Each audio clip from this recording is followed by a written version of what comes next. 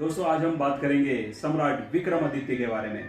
सम्राट विक्रमादित्य बहुत ज़्यादा न्याय प्रेमी थे और जब भी न्याय की बात आती थी तो इतिहास में सम्राट विक्रमादित्य का नाम लिया जाता था।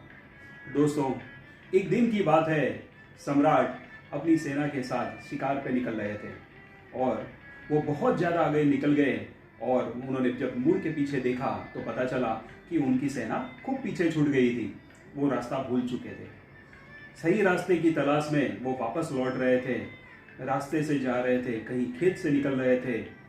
एक अनजाने में उनसे एक भूल हुई, वो एक खेत से निकले और पूरी फसल बर्बाद हो गई। वहाँ पे एक किसान खड़ा था, उसने कहा, हे घुड़सवार, तुम्हें मालूम है तुमने क्या किया है? तुमने मेरी पूरी फसल बर्बाद कर दी है।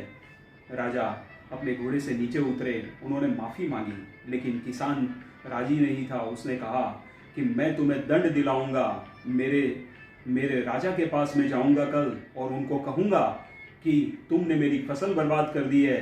वो बड़े न्याय प्रेमी है और तुम्हें 100% दंड देंगे।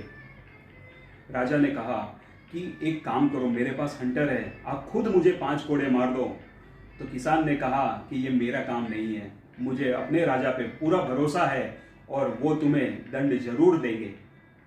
फिर राजा ने खुद अपने आप को 5 कोड़े बरसाए और वहां से चल निकले। दूसरे दिन सुबह वो किसान पहुंचा राजसभा में और वो देख रहा है कि घुड़सवार और राजा विक्रमादित्य दोनों एक ही है। उसके पैर थर थर कांपने लगे और जब विक्रमादित्य का उसके ऊपर नजर पड़ी तो वो दौड़ते हुए आए और किसान को गले लगा दिया।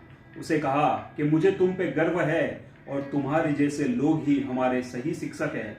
जब तक तुम्हारे जैसे लोग हैं, इस राज्य में कभी भी अन्याय नहीं हो सकता।